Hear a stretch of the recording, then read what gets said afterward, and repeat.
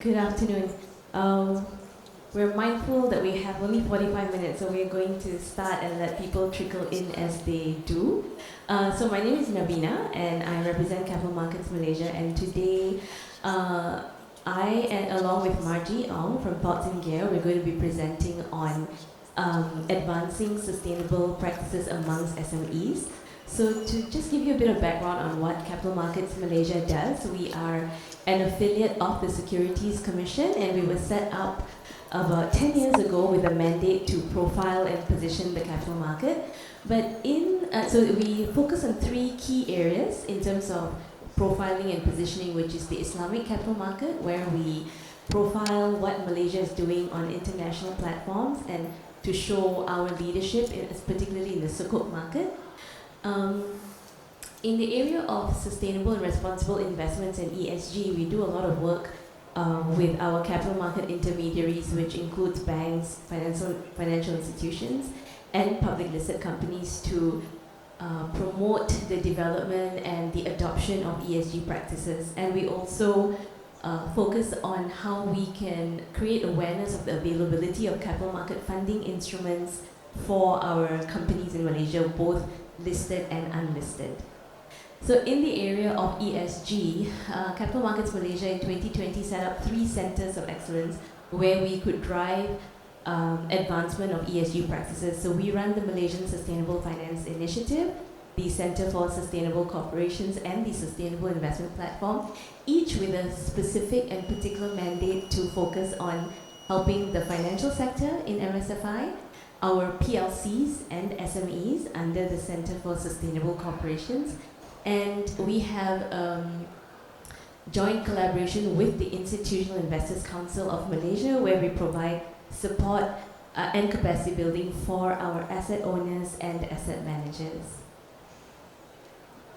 So our journey in supporting SMEs started a few years ago when we did some work for the Ministry of Natural Resources and Environment. And at that time, there was a real need to look at how SMEs could be supported in adopting sustainability for a couple of reasons. One is, as more and more listed companies start to adopt start to set net zero targets, the inavailability of credible ESG data from their suppliers was becoming more apparent. And these suppliers are typically SMEs, suppliers that are part of listed company supply chains, and they were beginning to get many different questionnaires from their customers. And what we wanted to do was to able to support them. Everything that we do is funded by the Capital Market Development Fund, so it's free to SMEs to use. So these are some of the partners that have helped us along the way. You can see that all of them are either associations or chambers of commerce that have either listed companies or SMEs in their networks, and this is how we've been able to support and to create awareness of the capacity building support that CMM provides. So some of you may be aware that last year we released the Simplified ESG Disclosure Guide for SMEs in Supply Chains. Now, we did this for a few reasons. So we were already working with many SMEs. We, together with Margie, who runs a consultancy in sustainability, we were going across the country to provide workshops to SMEs. And very often, the feedback that we were receiving from these SMEs was that they really needed really sound advice and guidance on how to start disclosing on ESG. So the SMEs typically, they supply to various different customers. So one SME could have 6 PLCs that they are supplying to. Each of these PLCs are now starting to ask questions on ESG, starting to ask them to report on emissions, report on labor practices, and we wanted to provide a simple guidance to help these SMEs as they go along their journey. So the guide is simplified. It's on ESG, which means that we're not focusing just on environmental factors, but social and governance as well. It's a disclosure guide, and this is important to note that there's many aspects of having a sustainability strategy. Disclosure is just one of them, and Maji will go into the details when she starts her presentation. And it's for SMEs in supply chains, which is also a very, very important distinction. In Malaysia, we've got over 1 million SMEs. Many of them are micro SMEs. The guidance is not meant for very, very small companies. It's meant for SMEs that find themselves in the supply chains of larger companies. So why we came up with the guide, it's very simple. We wanted to provide both SMEs, who are the providers of data, and stakeholders, such as companies and banks, who are the requesters of data, with a simplified and standardized set of disclosures. So what we did was, this is the process of how we came up with the conclusions of the 35 disclosures that appear in the SEDG. So the first thing that we did together with our consultants was to benchmark against the global sustainability guidances. So we reviewed GRI, TCFD, GHG protocol, ISSB, and looked at all the common factors that appear across all of these various frameworks. We then mapped that against Malaysia's local sustainability guidances. So this, of course, includes Bursa Malaysia's Sustainability Reporting Guide, the Malaysian Code on Corporate Governance, the PGG, and the Code for Institutional Investors. When this was done, when this mapping exercise was done, we then requested for large companies to provide us with their responsible procurement assessments, and we did a further mapping of how the frameworks matched against these procurement assessments, and the result is the 35 disclosures that you will see in the SEDG. And we then did a stress test. We tested all the disclosures against some of the key stakeholder groups, which included large companies themselves. So we got a bunch of large companies in the room. We went through all the disclosures, and we asked them to identify if these were robust enough. Is this the sort of questions that you are asking your suppliers? And these companies included the likes of Nestle, Volvo Trucks, Maybank, the big ones that were already had their procurement assessments in place. We then asked the same questions to a group of SMEs, and these are from various sectors. We wanted to test if, while this may be best practice, is this also practical? Can SMEs actually report on this simplified disclosures? We checked in with the SC to make sure that it's aligned with their corporate governance requirements. We also spoke to a whole bunch of bankers. As you know, banks are already asking their SME clients to disclose on ESG, so wanted to make sure this is robust enough for banks to use. And of course, our favorite one was our trade commission's focus group, which was probably the most boisterous one, because we had a lot of comments from the chambers of commerce and associations that represent SMEs. So the result is this simplified ESG disclosure guide that comes with 15 topics across the 3 pillars of ESG. These topics will be very, very familiar to you. The topics don't differ very much from guidance to guidance. And what we did and at the end, I'll have the QR code where you can download the guide as well.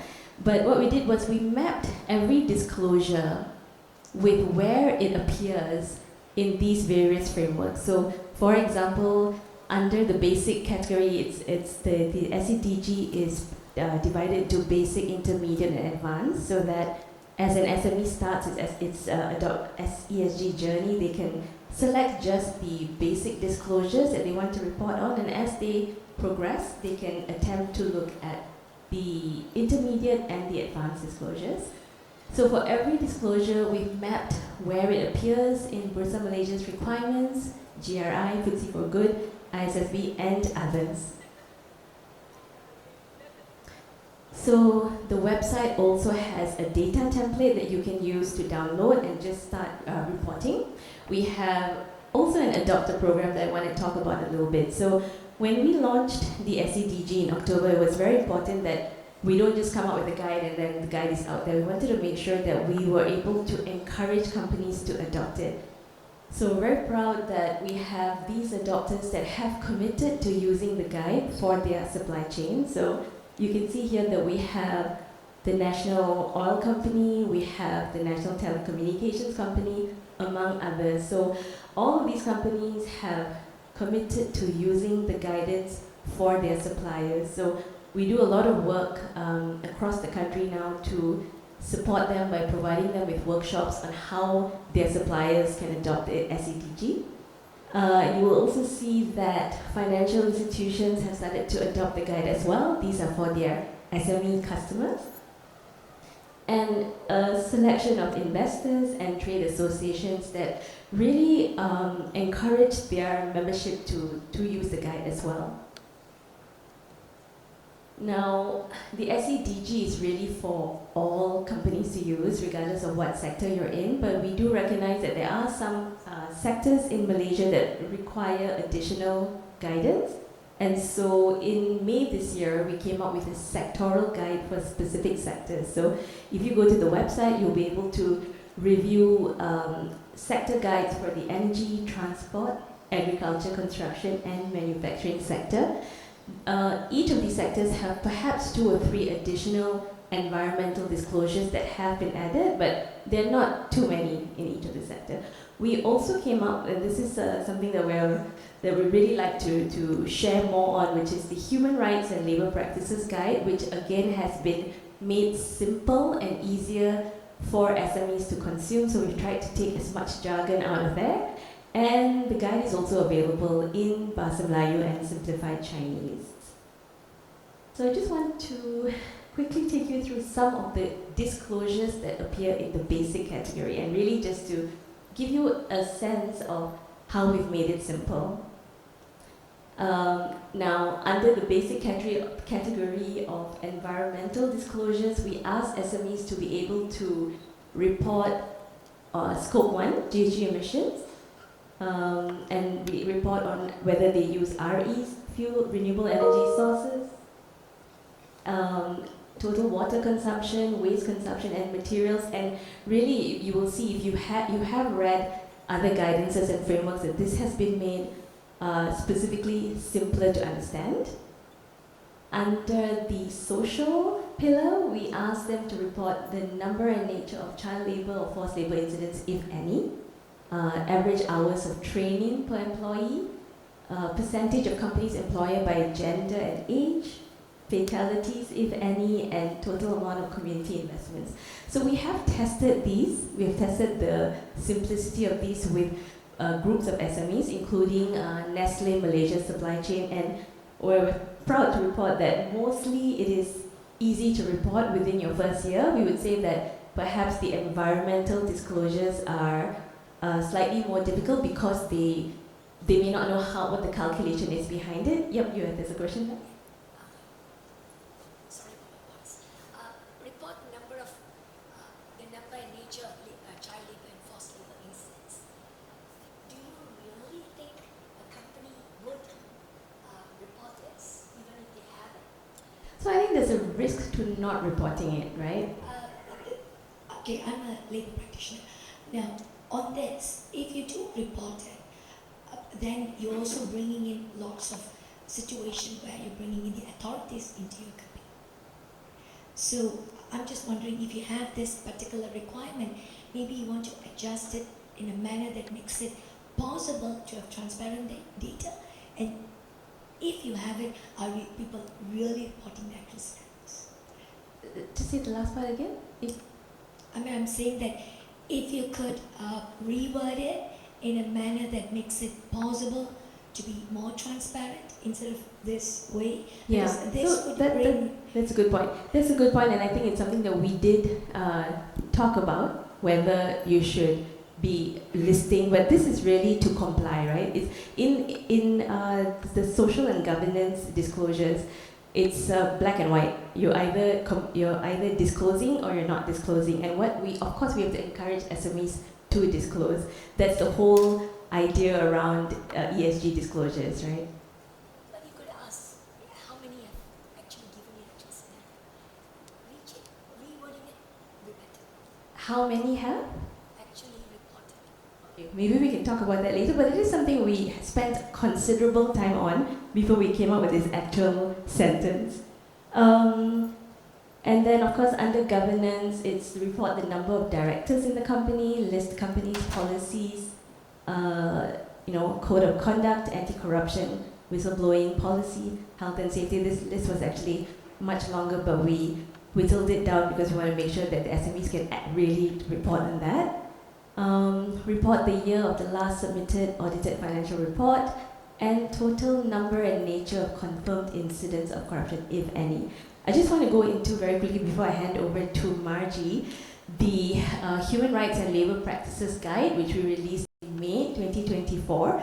Now this focuses primarily on child labour and forced labour, and what we've done is, these are all the various ILO requirements and the contracts and all the various acts, regulations and frameworks that were reviewed, and really we've done the hard work for you, and now these are the child labour and forced labour disclosures that you will see in the guide.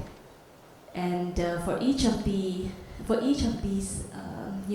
abuse of vulnerability, deception, we understand that SMEs don't have the ability to understand all of it, so in the additional guidance we provide an explanation of what each and every one of it is. So we don't have much time. We have 20 minutes, I told you. So I have 25 minutes left, and I really want to hand over to Margie to take you through a bit more in depth on the disclosures and also on supply chain. But if you would like to if you'd like more information on the SADG and the guide itself, please do scan the QR code. Thanks so much for your time, and let me just introduce Margie Ong. She is the CEO of Thoughts in Gear, the sustainability firm that worked with us on coming up with the SADG. So Margie, over to you.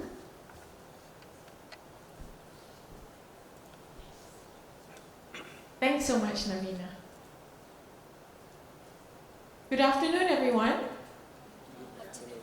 I know it's 2 o'clock. I know you just had lunch, but we have 25 minutes together. You are here. Let's make the 25 minutes count, okay? So what we're going to talk about today is, or what we have been talking about today, is really strengthening ESG adoption within supply chains. Before we start, can I just do a quick check of the room in terms of who is here? I'm just going to ask if you are with a listed company, an unlisted large company, or an unlisted SME. Okay? How many of you are with a listed company? Listed. Okay, 1, 2, 3. Okay. Excellent. Okay, there as well. So you're playing those listed companies, and also the rest of you as well. You're playing two roles, right? You're both the supplier, potentially. You're also the customer, managing your own supply chains as well. Large unlisted companies. Large unlisted companies. Okay, SMEs that are not listed. Okay. Okay, good. So we have a mixture of both in the room, and I hope this will be useful. I think what we want to talk about today is really your role in a sustainable supply chain. Can I ask another question? How many of you, whether listed, unlisted, large or small, so how many of you in your day-to-day work have encountered the term sustainability or ESG? Okay, good. How many of you are under pressure, either by your customers, your investors, the regulators, to report on sustainability and ESG? Okay, okay. So not all of you who have heard of it are under pressure, but it's just a matter of time. You will. So I'm glad you're here, because now you're prepared.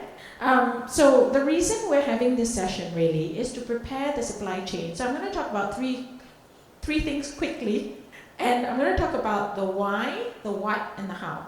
So why do you need to pay attention? What is a sustainable supply chain? And how do you go about putting that in place, either as a supplier, or how do you comply to your customer who's asking you a lot of questions that you might not understand, right? So those questions, and I'm also here to say those questions are not going away. Don't wait it out. Don't think that it's a fad and it's going to go away. In fact, more and more questions will be coming. We're going to help you start understanding. So what Navina was covering just now were maybe some of the questions that you might already have started being asked, like human rights and labor practices, for example, like emissions, etc. Right? So how do you now go about doing that? So first, let's cover the why. So a couple of whys, I'm just going to give two examples of the why, right? So global companies are beginning to be much more demanding of their suppliers. They want you to be sustainable, they want you to report on ESG. And this has been proven by a report that came out that our country sat up and noticed, because it showed that our export revenue, which includes many of you, because it's SMEs, large companies, it doesn't matter, is at risk. Now this means that for those that are not as sustainable as the rest of the world and the rest of the suppliers around the world providing the exact same product or service that you're providing, multinational companies are looking to switch. And up to 78% of them have said that they will switch suppliers even if there's a slight price premium, if it means that they are more sustainable, right?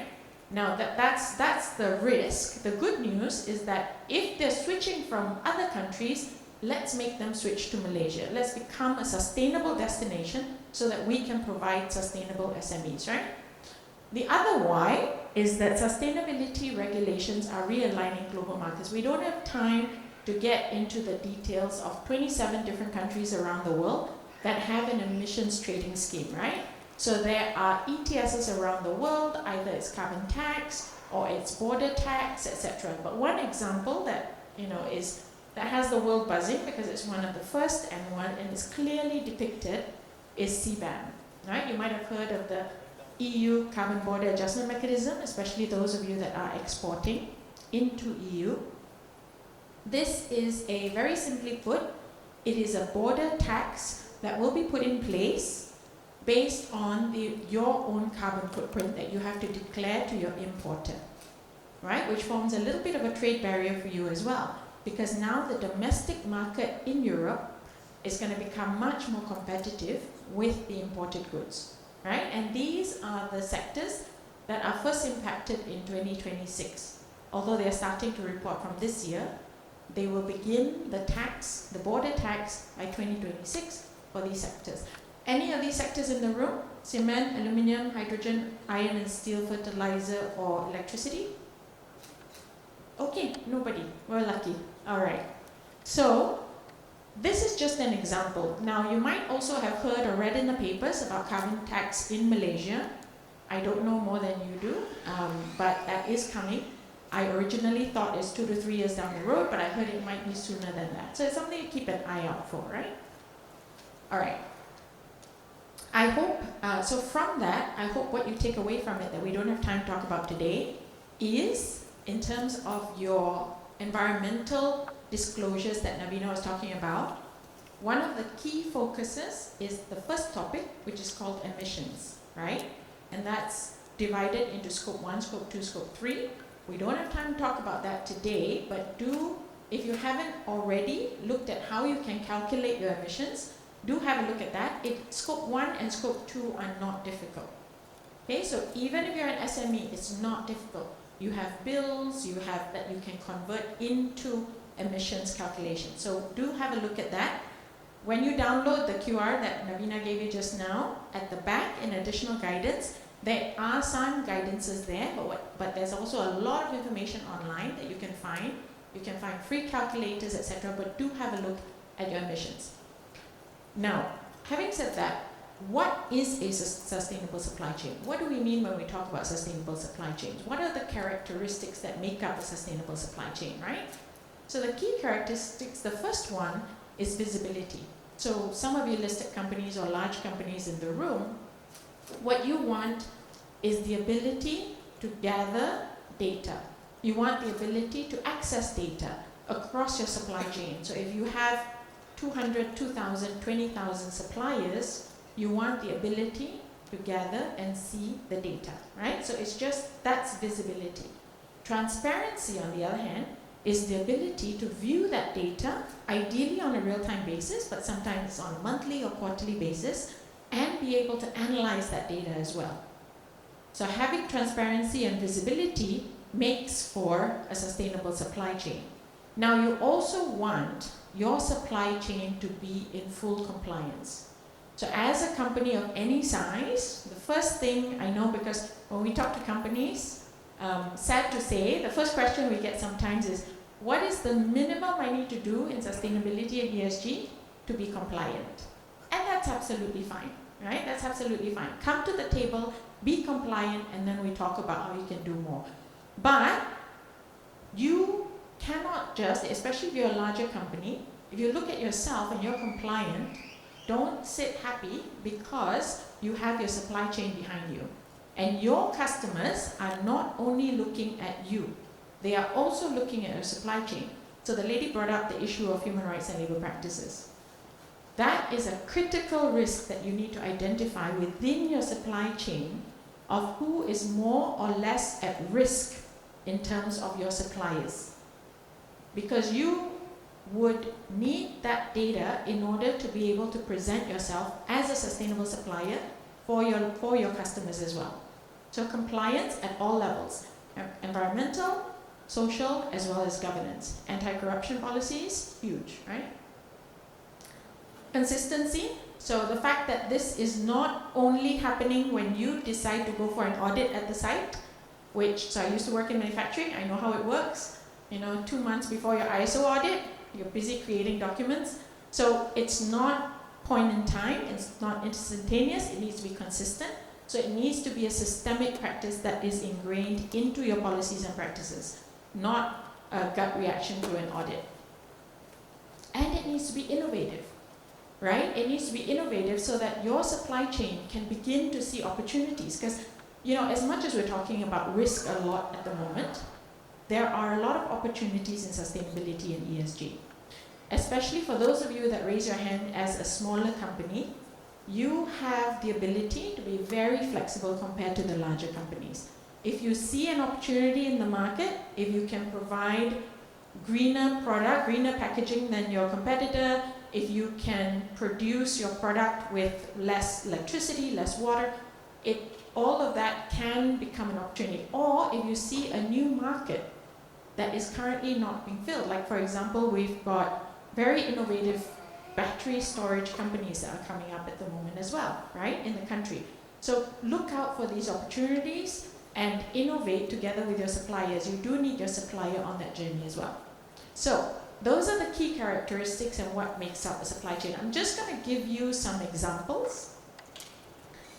So one example that is very widely known is Patagonia is probably one of the most sustainable companies in the world, and they disclose their full supply chain on their website.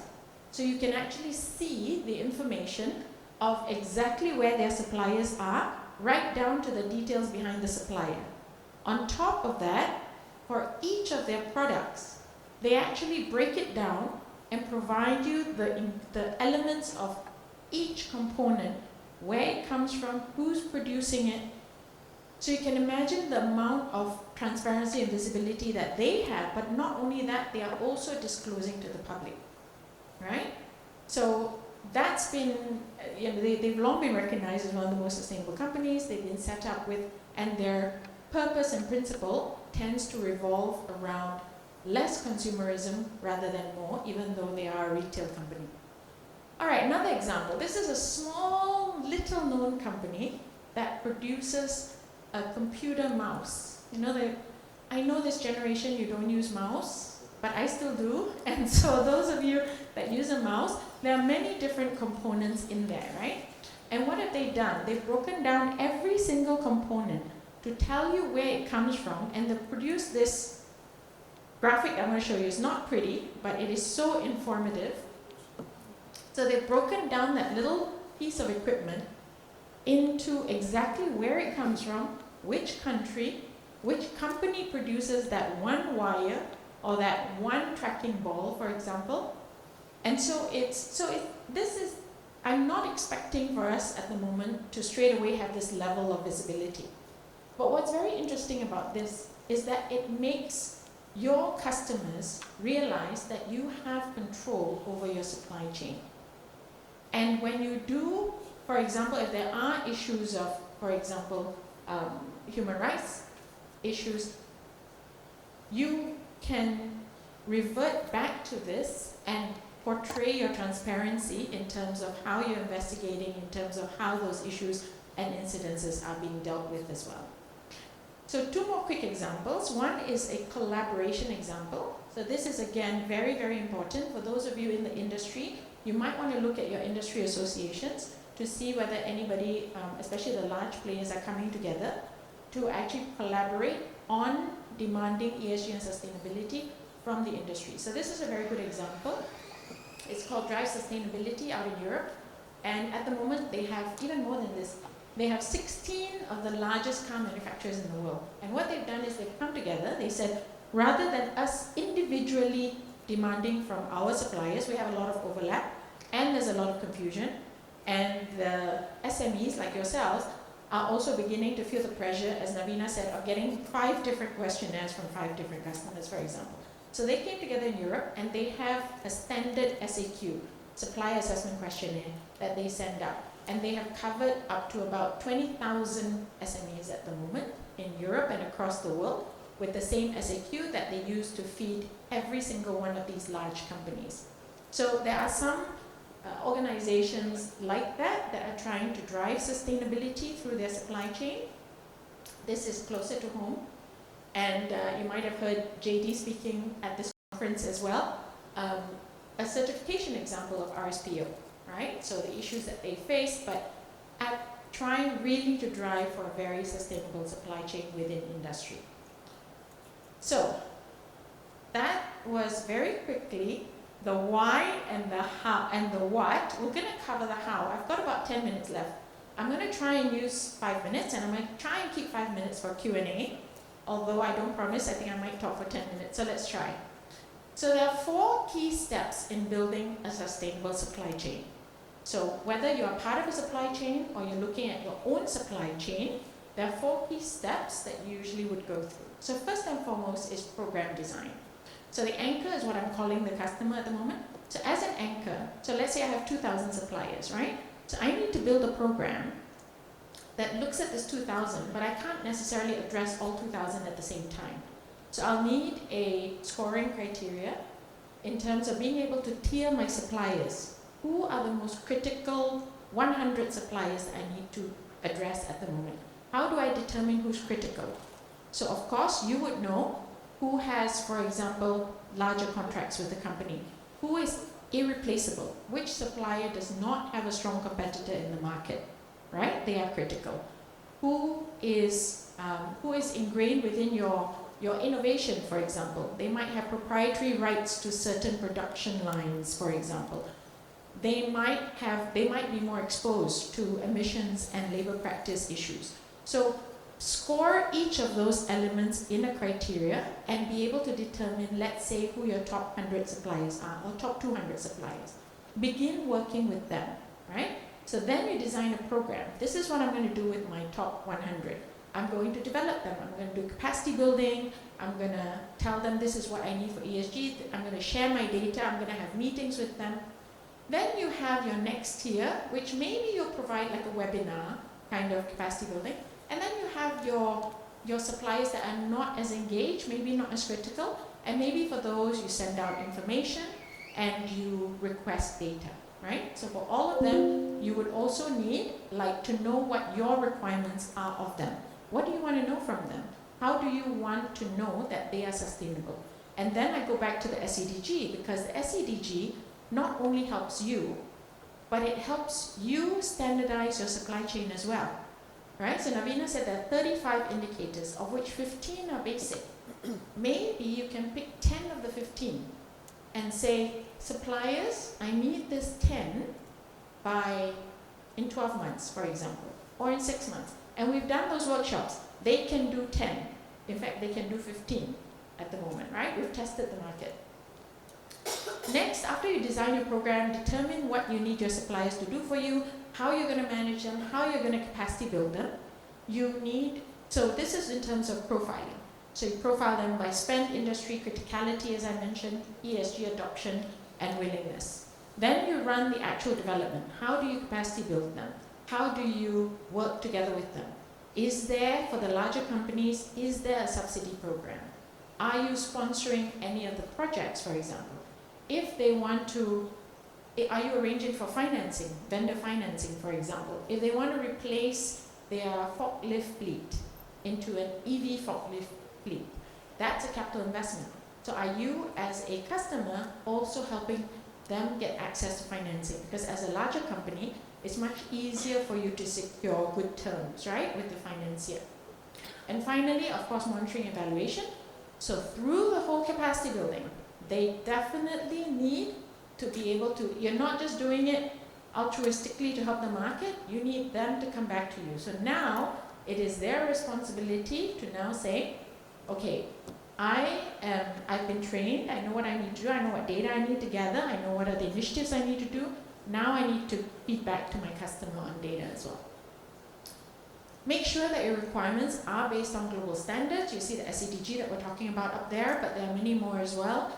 The ones I've circled in red are the ones that are critical for Malaysia. So in the reporting frameworks, you've got our good and trusty SDGs, Sustainable Development Goals. You've got, I don't have time to cover all of them at the moment, but you've got ISSB, TCFD, GRI. Bursa Malaysia has 22 indicators.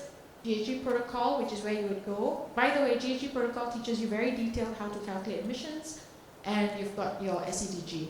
In evaluation frameworks, our stock exchange goes with FTSE for Good. So just let this be your launching pad for to Google all those items, right?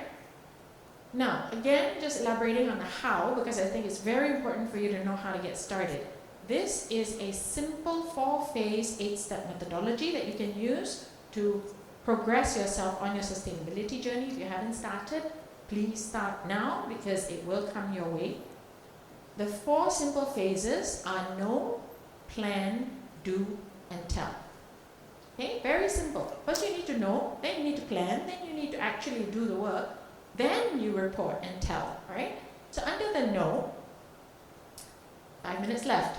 Under the know, we've got 2 steps. First, create awareness and set it up appropriately. So set up covers governance structure, know who is managing sustainability in your organization, and it covers as well baselining your GHG, baselining your ESG initiatives. Next is the planning. This needs to translate into strategy, and I don't mean a standalone sustainability strategy, which is a good place to start, but embed that within your core business strategy as well, right? So as your business grows, and you know, as I mentioned very early on, sustainability is not going away because our planet is not gonna heal itself on its own. And we didn't start with the driving issues why, but we do know that I think there are hopefully no deniers in the room. We are at the National Climate Conference. So this needs to translate into your business strategy and the actions associated with it. One of the most important things is running a materiality assessment. Don't have time to talk about how to do that, but if you can Google materiality assessment, that is a process by which you can determine what are your priorities for sustainability in the organization. Because a palm oil company is not going to have the same issues as a cement company, for example, right? So you need to know what's important for your company. Next is the do. So once you have known and you've planned, you now need to implement. You now actually have to execute the initiatives to make sure you're reducing your emissions, to make sure you're eliminating the risk of human rights violations, etc., right? Then you tell. Although we have many, many clients who come and ask us to report first and foremost, right? And and that's fine. We'll start somewhere. You can always look at what you have existing and begin reporting on that. But ideally, you've gone through the 3 phases, and now you're talking about sustainability reporting. If you're a large company, you're listed by Bursa, I hope you know that you are regulated on how to report. If you're a small company, I do encourage you to at least report maybe 5 pages, 10 pages, put it on your website, just making your customers very aware that I am looking at this issue, I'm starting, but I'm looking at this issue. And this will differentiate you. This will place you on a different plane than your competitors as well. So that's the 8-step sustainability adoption methodology. And where do the SCDGs come in? They're applicable across all 4 phases, but most applicable would be in your implementation and your reporting. Is where your disclosures, you need to know what to measure, how to measure it, which is also very important, and how to report it, right? So I've got 3 minutes left. I'm going to ask you a quick question on the difference, because we use it interchangeably sometimes. The difference between an indicator and a disclosure. Here we're talking about disclosures, yeah? So a lot of people use that interchangeably. Indicators are metrics and measurements that you use in your company to measure your progress and your success, right? Disclosures is a subset of your indicators, because you have some that you want to keep internal, and that's absolutely fine. Disclosures are your indicators that you make known, you make public. Either you publish to your customers or you publish publicly, but you are disclosing, which is why it's called a disclosure. So here we are talking about guiding on disclosures, meaning what should you disclose, what should you make known to make yourselves more credible, to make sure you're on the right path, to make sure you're tracking your own impact as well. All right? So I won't go through, because I literally have 2 minutes left, I won't go through the SEDG because Naveena's done a really good job going through the details, but I will pause for questions in a moment. These are the 15 topics. Most important, determine what's material to your company.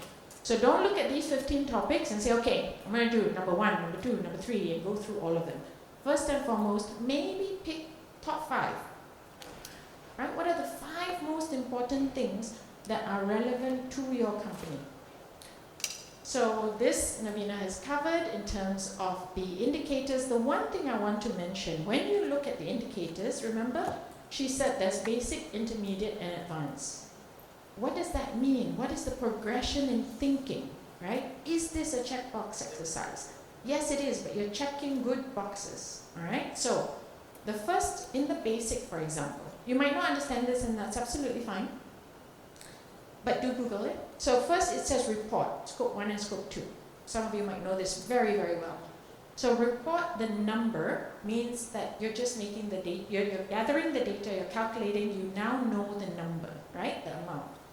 Next, in intermediate, it's starting to shape your thinking into, now that I know what my scope 1 and 2 emissions are, how do I begin to reduce it?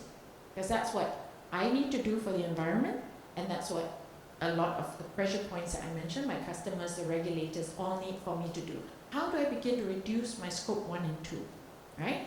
Then it says, if you've already kind of got your mind around that, in advanced, what is your scope 3? And later when you read about it on your own, you realize scope 3 is a little bit more complicated, and it also asks you how to reduce, right?